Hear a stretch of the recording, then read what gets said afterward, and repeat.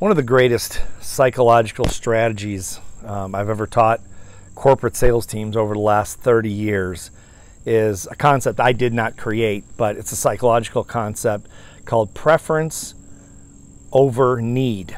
Preference over need. And it's a basic concept that I found that most people have never heard of in most big company corporate sales teams. I taught it to Johnson & Johnson 25 years ago, and they had never heard of it, even at the corporate level. And it's the concept of, I prefer, as a salesperson, as a recruiter, as an entrepreneur, as someone who's in the game, who's in the fight, and is getting rejected, let's say 90, 95, 98% of the time, depending on their field.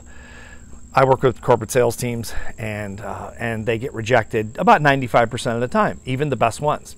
And so the concept of preference over need is I prefer that you say yes to me if I'm a salesperson, right? I prefer that you like me. I prefer that it's a smooth process. And I prefer it to be a win-win situation. I prefer all these things. I don't need them. I prefer them. I don't need them.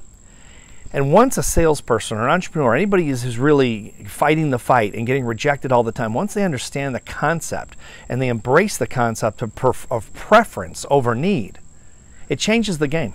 Not for everyone, but for most people I've worked with in 10 countries around the world during this process with companies, this is a total game changer because they stop needing other people to say yes to them, to agree with them, to like them, to do anything. They just don't need other people's behavior to influence their own.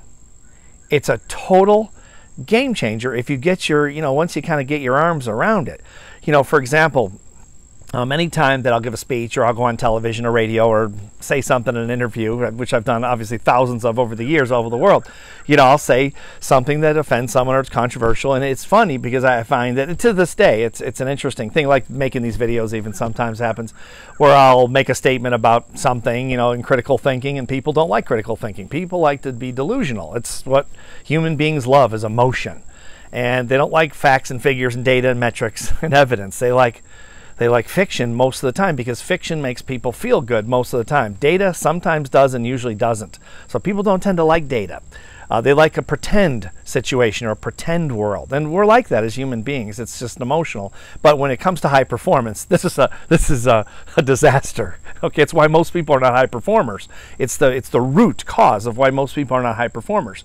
They're delusional. They're smart. They're talented, but they're delusional in so many ways. And that's another video completely. But the idea is that when sometimes I'll make a statement like that, say something critical thinking, lately something, maybe about the political situation, what's going on, and people will come back and email me and text me and, get to me any way they can, message me, and they'll say, oh my God, I can't believe it. And they really think that I have a need for their approval. And it's a preference over need. Do I prefer their approval? Well, I suppose so. Most people, I don't even know who they are, but you prefer anyone's approval, even if you don't know them, just as an emotional creature. But you don't need it. And it's funny because sometimes people will go on and on and on, and not realizing that there is no need for their approval. They're wasting their time. When someone doesn't need your approval, you don't really have any. There's just no connection to it. And so if you can reach this place, and this is related, if you haven't picked this up by now, if you're a mental toughness student like I am, if you haven't picked this up, it's related to approval addiction. It's that most of us are so addicted to approval, but once you say, you know what, I prefer people's approval, but I don't need it. Once that happens and you start to embrace that, you're free. You no longer need people's approval. You can live the life you want to live on your own terms. And if people like it, great. And if they don't, great. It really doesn't make any difference. It's a completely different level of consciousness, and anyone can really get to it once you embrace it. Something to think about.